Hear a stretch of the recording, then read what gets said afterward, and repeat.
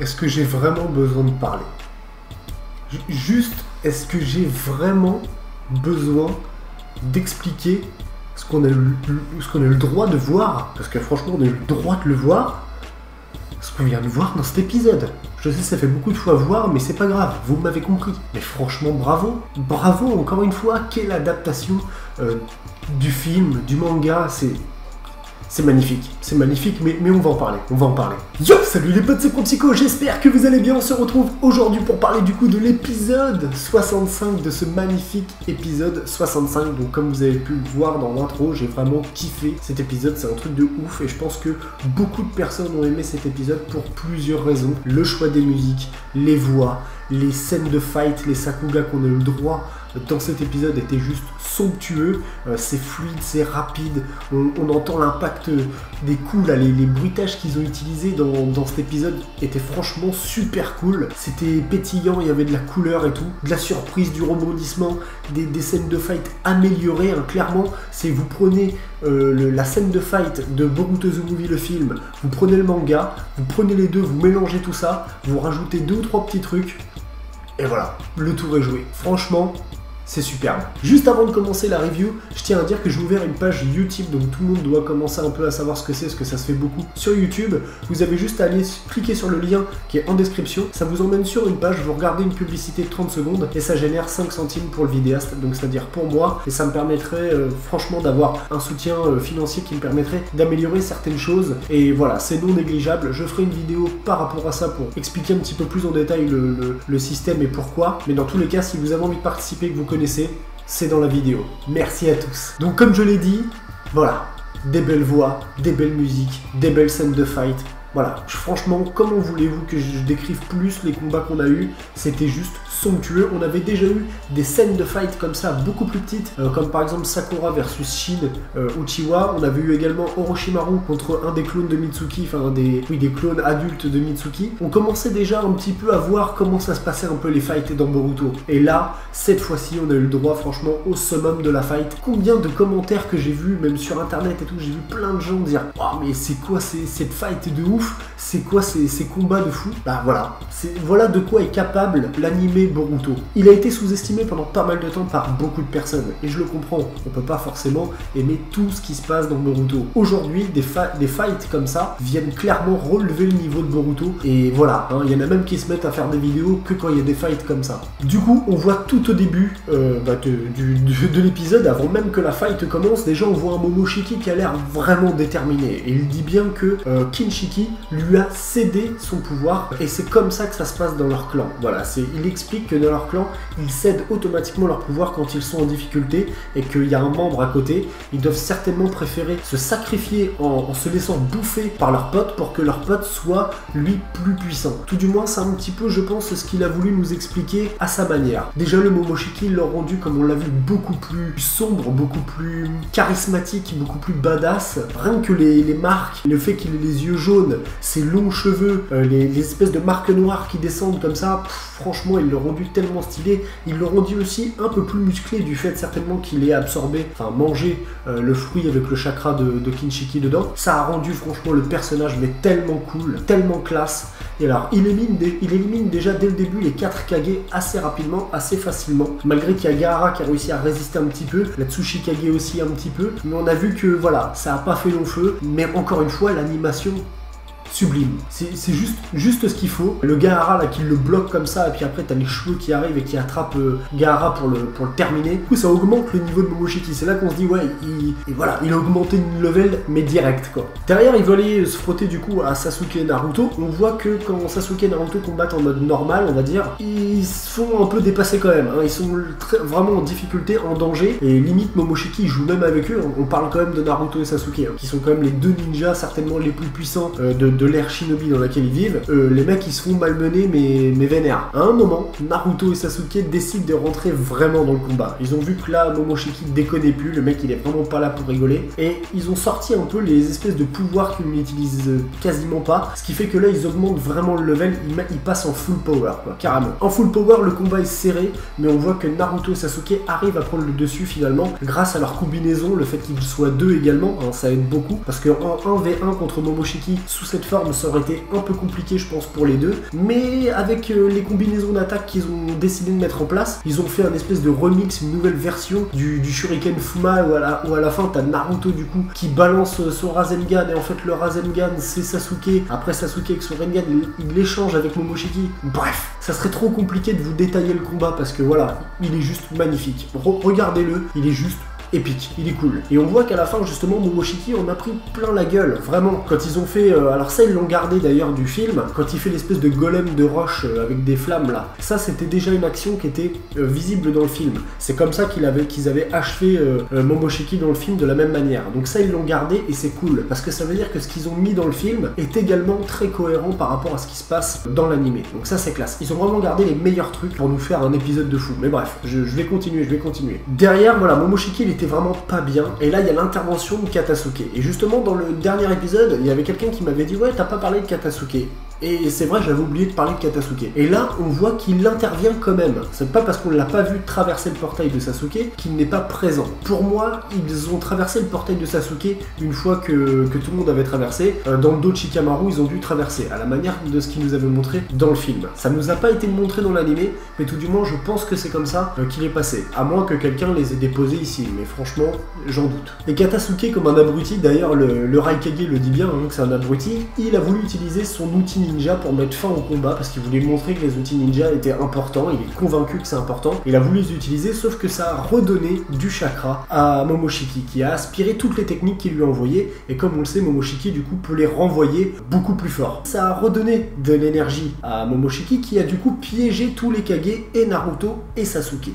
Et c'est là que Boruto, son rôle est important. Boruto était là en tant qu'observateur au début du combat, où il a vu les Kage se faire éliminer, il a vu Naruto et Sasuke résister contre Momoshiki, mais du coup il avait encore un rôle à jouer à ce moment-là, puisqu'on a un flashback de Boruto, où t'as Sasuke qui lui demande si Boruto a un Nindo, et Boruto lui dit qu'il n'en a pas, qu'il pensait que c'était quelque chose de ringard. Sasuke lui explique que effectivement c'est ringard, mais c'est aussi quelque chose d'important. Et pourquoi il dit ça? Tout simplement parce que s'il a dit qu'il avait perdu face à Naruto, c'est grâce au Nindo de Naruto. C'est-à-dire qu'il est convaincu que avoir un Nindo est effectivement une force. Quelque chose qui le relèvera à chaque moment difficile. Et d'ailleurs, il lui a dit que ça allait être important ici et même dans ses futurs combats. Boruto n'a pas vraiment dit définitivement le Nindo qu'il avait dans cet épisode. Je pense que c'est quelque chose qu'on verra dans le prochain épisode. On a vu que ça l'a fait réfléchir. Du coup, Boruto est en réflexion de son Nindo. Il recherche son Nindo. Déjà, Kakashi avait dit à Boruto que Boruto avançait sans but et que c'était un problème. Du coup, on lui avait déjà dit ça et là, Boruto est en train de trouver son but. Et ça, je trouve ça vraiment bien, le fait qu'il continue cette cohérence d'histoire du personnage de Boruto. Nous, on va de plus en plus s'identifier à lui, se rapprocher de lui grâce à ça, à la manière où on s'est rapproché de Naruto grâce à son Nindo. Boruto doit intervenir. Sasuke lui avait dit justement s'ils étaient tous piégés qu'il comptait aussi sur Boruto pour intervenir dans le combat. Boruto fait son fameux Rasengan qu'il avait déjà fait avec Sasuke et tout le monde est un peu surpris qu'il sache le faire. D'où même Naruto savait pas que Boruto savait faire un Rasengan. Sauf que le Rasengan de Boruto, comme on l'avait déjà vu, il était légèrement différent. Il fait ce qu'on appelle un Rasengan furtif qui disparaît. Mais en fait, il disparaît pas vraiment. Enfin, c'est Boruto qui le fait disparaître, et vous comprendrez pourquoi, je reviendrai un petit peu plus tard dans la review. Boruto lance son Rasengan disparaît, et Momoshiki, qui allait achever tous les Kage et Naruto et Sasuke, se prend du coup le Rasengan, mais vu qu'il ne l'a pas vu venir, il n'a pas absorbé le jutsu. Et je l'avais déjà dit, Momoshiki ne peut pas absorber les jutsu qu'il ne voit pas, et Sasuke l'a confirmé après derrière. Du coup, ça a libéré le piège qui était tendu aux Kage et à Naruto et Sasuke. Du coup, Boruto rejoint son père, donc là, il y a l'explication de Sasuke qui lui dit qu'il a réussi à faire un Rasengan, qu'il lui avait demandé pour devenir son disciple, etc., etc. Donc ça, c'est encore une phase importante pour que Naruto comprenne le cheminement de Boruto jusqu'à présent et des efforts qu'il a fait. Et du coup, Naruto maintenant va montrer à Boruto les efforts que lui-même il a fait. On entend Momoshiki qui parle au loin, qui dit mais attendez, vous croyez quoi? Vous croyez que j'ai perdu comme ça? Non, Momoshiki il s'est pas fait éliminer comme ça. Il a recréé des pilules de Tan, certainement grâce à une réserve qu'il avait fait ou grâce à ce que Katasuke lui a envoyé. Il réabsorbe des pilules de Tan et du coup veut reprendre le combat contre tout le monde. À ce moment-là, vu que Naruto avait des barres noires qui lui amenuisent son chakra petit à petit, Sasuke et Boruto se lancent en combat contre Momoshiki. Et là, avant que le combat commence, Naruto demande à Boruto de refaire un Rasengan. Donc Boruto n'est pas trop sûr de lui parce qu'il a plus beaucoup de force, mais Naruto lui transmet un peu de chakra pour faire grossir son Rasengan. Cette scène est juste magnifique. Pourquoi? Parce que Au fur et à mesure que le Rasengan grossit, on voit les personnes qui ont marqué Naruto, qui ont fait avancer Naruto, comme par exemple Jiraiya, Minato, la mère de Naruto, Kushina, Hinata, Neji, bref, toutes les personnes qui ont porté un peu Naruto. Et à la fin, t'as la photo de finale où tu vois vraiment tout le monde, Kakashi, Ruka, bref, tout le monde derrière. Et du coup, Boruto, au fur et à mesure que Naruto lui donne du chakra et fait grossir son Rasengan, il se rend compte, et il le dit bien après, la phrase, elle est vraiment très très belle, il porte le poids des efforts de Naruto. C'est le Rasengan immense représente le poids des efforts que Naruto a enduré pour avoir tout ça, pour avoir cette force. Et du coup, ceci nous fait revenir à une scène où quand Naruto s'est sacrifié devant Boruto quand Momoshiki avait attaqué, la vraie force. Momoshiki représente vraiment celui qui n'utilise pas sa vraie force, qui utilise la force des autres, et Naruto représente celui qui a une vraie force. C'est quelque chose qu'il a gagné lui-même avec les efforts qu'il a fait. Et ça marque le fait que le scénario construit est cohérent dans Boruto. Ils ne construisent ce qu'ils ont fait avant est fait justement dans une certaine cohérence pour qu'on comprenne le cheminement, l'avancement de Boruto qui va devenir le flambeau, qui va devenir le futur Naruto. Ça veut pas dire que ça va être une copie qui va devoir continuer et perpétuer ce que Naruto a fait. Franchement, c'était sublime. Le combat reprend du coup avec cette fois-ci Sasuke Boruto contre Momoshiki. On a encore une fois vu une belle phase de combat avec le Rinnegan de Sasuke qui a posé beaucoup de problèmes à Momoshiki et également le fait que Boruto, je sais pas si vous avez remarqué mais avant qu'il se lance dans le combat, Boruto a fait un mouvement du poignet comme ça qui a fait disparaître l'énorme Rasengan père-fils qu'il avait fait avec Naruto. Donc ça veut dire que Boruto a bien un système, j'en avais parlé lors de ma première théorie, qu'il avait un mouvement de poignet et regardez bien juste avant qu'il se lance et quand il a tué Momoshiki, il a fait de nouveau ce petit mouvement de poignet. Et on peut voir que une fois qu'il a fait disparaître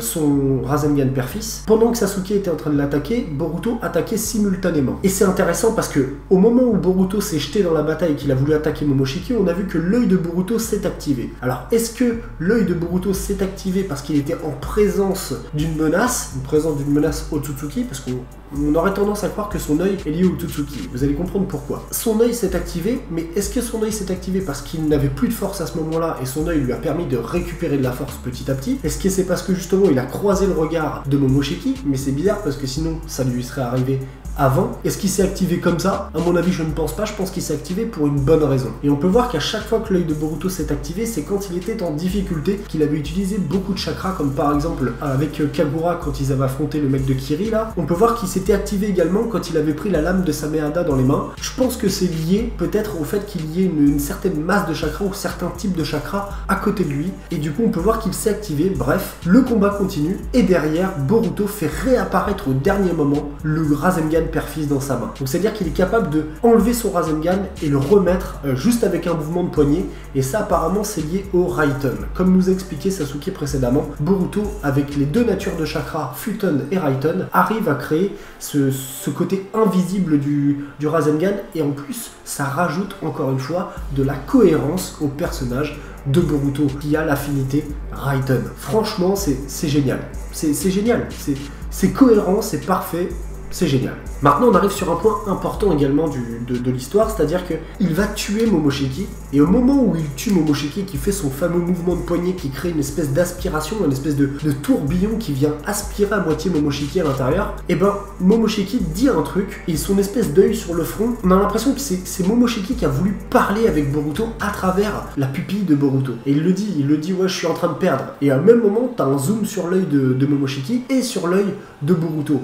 Et c'est là qu'ils ont créé une espèce de connexion qui leur a permis de discuter, une espèce de discussion psychique. Momoshiki a dit à Boruto, tu as hérité fortement des pouvoirs des Otsutsuki. Boruto a comme père Naruto et Hinata. Hinata est une descendante de Hamura et Naruto est un descendant d'Agoromo. Si on rejoint l'arbre généalogique des Otsutsuki et des clans Senju, Uchiwa, etc. et qu'on descend, et ben à un moment on tombe sur Boruto qui du coup est lié à la fois à Goromo et à la fois à Rikudo. Dans tous les cas, Boruto a hérité des pouvoirs des Otsutsuki et ça a été confirmé par Momoshiki. Deuxième chose, Momoshiki lui dit une phrase du genre « Tu es encore vert ». Moi, pour moi, ça me fait vraiment penser à un fruit qui n'est pas mûr. Vous voyez un petit peu comme la banane, avant qu'elle devienne jaune, elle est verte. Ce que je veux dire par là, c'est que le fait que Boruto n'est pas arrivé à maturation, son pouvoir qui est à l'intérieur de lui, certainement qui est lié à son œil, n'est pas encore arrivé à maturation. Et donc, du coup, voilà, je pense que c'était vraiment ce qu'il voulait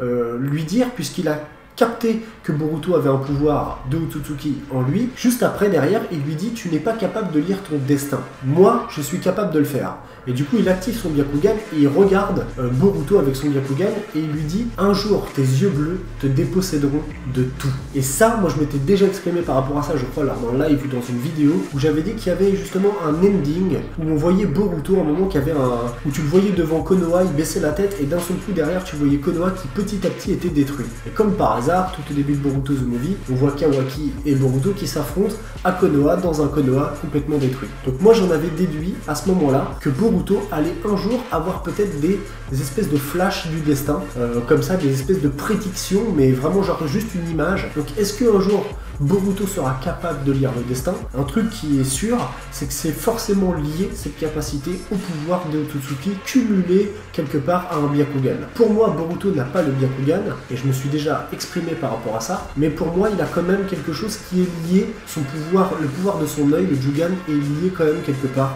au Byakugan, d'une certaine manière. C'est ce qui permet pour moi à Momoshiki d'être non seulement Otsutsuki, mais d'avoir un Byakugan, de pouvoir faire ça. Parce que sinon, avec tous les utilisateurs de Byakugan qu'on a vus, des gens qui l'ont exploité pendant des années et des années, comme le père d'Hinata, comme Neji, etc.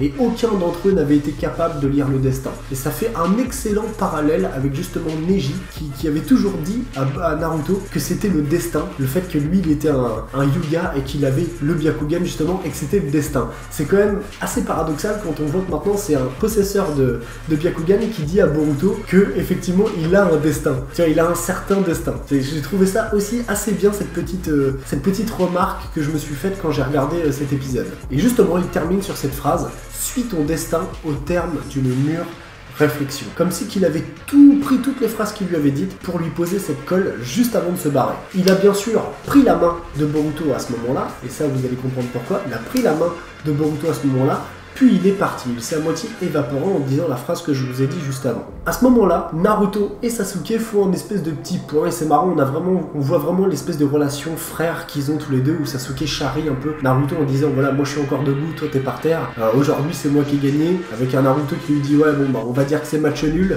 avec la victoire que j'avais avant. Voilà, c'est sympa parce qu'ils prennent ça avec humour et c'est bien, on voit qu'ils sont complices, malgré qu'ils se voient pas souvent, mais dès qu'ils retournent en phase de combat comme ça, on voit la complicité directe qui revient vraiment comme deux frères, et ça c'est vraiment classe. Mais on voit que Boruto regarde une espèce de lumière avec le trou qu'il a fait en l'air, et il se tient la tête comme ça, et justement il regarde sa main, et on peut voir dans le creux de sa main, très brièvement si vous regardez bien, qu'il y a une marque en losange, et cette marque va être extrêmement importante plus tard. C'est à partir de maintenant que les véritables intrigues, je parle, qui concernent Boruto directement, en plus de l'œil qu'il avait, vont commencer vraiment à s'accélérer.